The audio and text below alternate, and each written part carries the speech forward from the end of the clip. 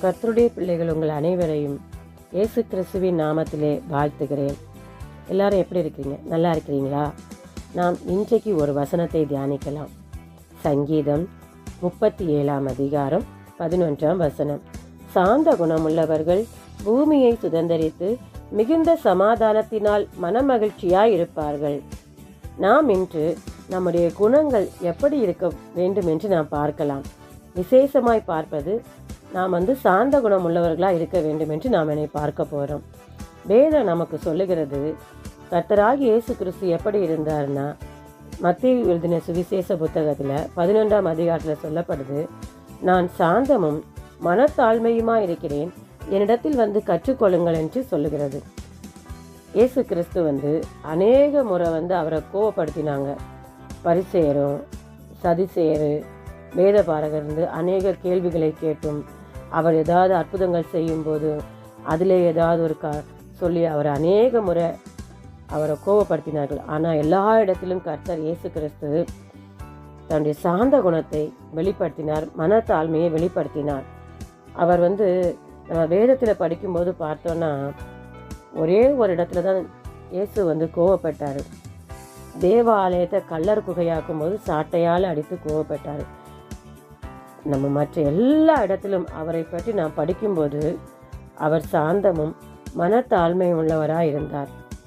நாம் இன்று என்ன நினைக்கிறோன்னா, காட்டில் இருக்கிற சிங்கம், புலி, யானை, இது கரடி, இப்படிப்பட்ட மிருகங்கள் கொடியவை, இதனால் வரக்கூடிய நாசம் அதிகமாக இருக்கும் அப்படின்னு. ஆனால் நம்முடைய கோபத்தினால் நாம் எத்தனை ஆசீர்வாதங்களை இழந்து போகிறோம் என்று நாம் சிந்தித்து பார்ப்போமா? நம்முடைய கோபத்தின் மூலம் நம்மை உண்மையாக நேசித்த அநேக மனிதர்களை நாம் இழந்திருப்போம், நம் உறவுகளை இழந்திருப்போம், செல்வங்களை இழந்திருப்போம். இப்படி நாம் சொல்லப்போனால் அநேக காரியங்கள் உண்டு. இன்று நமக்குள்ளே இருந்து தான் அந்த கோபம் வெளிப்படுது. அந்த கோபம் நமக்குள்ளே இருந்து வெளிப்படும் போது நாம் ஒரு நொடி பொழுது கர்த்தராகிய இயேசு கிறிஸ்துவை நாம் சிந்தித்து பார்க்கும்போது, அவர் வழிகளை சிந்தித்து பார்க்கும்போது நமக்கு ஒரு அமைதி கிடைக்கும். நம்முடைய கோபம் நம்முடைய கண்ணுக்கு தெரியல, ஏதோ ஒரு சூழ்நிலையில் நமக்குள்ளே இருந்து திடீர்னு அந்த கோபம் வெளிப்படும் போது ஒரு பெரிய இழப்புகள், ஒரு ஏமாற்றம், ஒரு தோல்வி, இது மாதிரி அநேக காரியங்களை நமக்கு கொண்டு வருது. நம்ம இந்த பூமியில் வாழ்ந்த அன்னை தெரசா, அவங்களை எல்லாரும் கேள்விப்பட்டிருப்பீங்க. அவர்கள் என்னென்ன காரியங்கள் செய்தாங்க அப்படிப்பட்டதே நாம் கேள்விப்பட்டிருப்போம். ஒரு முறை அவரை ஒரு மனிதர் காரி துக்கும் போதும் அவருடைய சாந்த குணத்தோடு அவர் அந்த இடத்துல அமைதியாக ஒரு புன்னகை மட்டும் சிரிச்சிட்டு அமைதியாக அந்த இடத்த விட்டு கடந்து போயிட்டாங்க. அந்த மாதிரி தான் இன்றைக்கி வேதம் நமக்கு சொல்லுது, உங்கள் சாந்த குணம் எல்லாருக்கும் தெரிந்திருக்க கடவுது அப்படின்னு. அப்போ நாம் சாந்த குணம் உள்ளவர்களாக இருக்கணும். நம்ம அந்த சாந்த குணத்தை யார்கிட்ட கற்றுக்கொள்ளணும்னா, இயேசு கிறிஸ்துவிட்ட தான் நம்ம கற்றுக்கொள்ளணும்.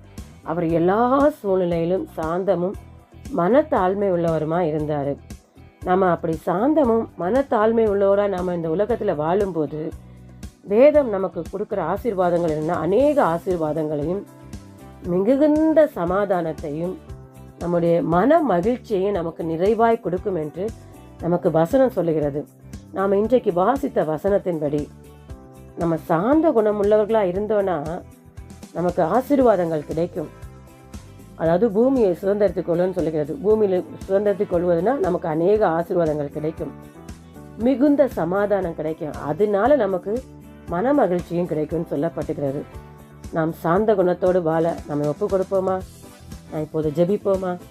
அன்பின் பரலோக பிதாவே, நம்ம நன்றியோடு துதிக்கிறோம், சோத்தரிக்கிறோம் தகப்பனே ராஜா. இந்த வேளையிலும் கர்த்தாவே ராஜா, நீர் கர்த்தாவே இயேசுவே, நீர் எப்படி மனத்தாழ்மையும் சாந்த குணம் உள்ளவராக இருந்தீரோ கர்த்தாவே, அதே போலவே இந்த பூமியில் நாங்களும் கர்த்தாவே, உம்முடைய பிள்ளைகளாய் இருக்கிற நாங்களும் சாந்த குணமும் மனத்தாழ்மை உள்ளவர்களாய் வாழ தேவன் எங்களுக்கு அனுக்கிரகம் பண்ணும்படியாய் செபிக்கிறோம். எங்கள் மேல் கிருபை பாராட்டும்படியாய் செபிக்கிறோம் கர்த்தாவே. எங்கள் சாந்த குணம் எல்லாருக்கும் முன்பாக தெரிந்திருக்கும்படியாய் நாங்கள் வாழ கிருபை தருவீராக.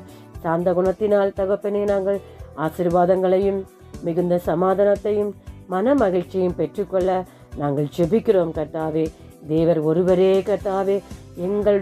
எங்களை அறியாமல் இருக்கிற கோபங்களோ கசப்புகளை எல்லாம் எங்கள் குணாதிசயங்களை தேவன் மாற்றி அப்பா எல்லாருக்கும் தெரிந்திருக்கத்தக்க ஒரு சாந்த குணத்தை, சாந்தமான அமைதியை, மனநிலைமையை எங்களுக்கு தரும்படியாய் உம்முடைய சமூகத்தில் நாங்கள் ஜெபிக்கிறோம். தேவன் தரும்படியாய் ஜெபிக்கிறோம். நீர் தருவீர் என்று நம்புகிறோம், விசுவாசிக்கிறோம். கர்த்தராகிய இயேசு கிறிஸ்துவின் நாமத்திலே ஜெபிக்கிறோம் நல்ல பிதாவே, ஆமேன். கர்த்தர் உங்களை ஆசீர்வதிப்பார்.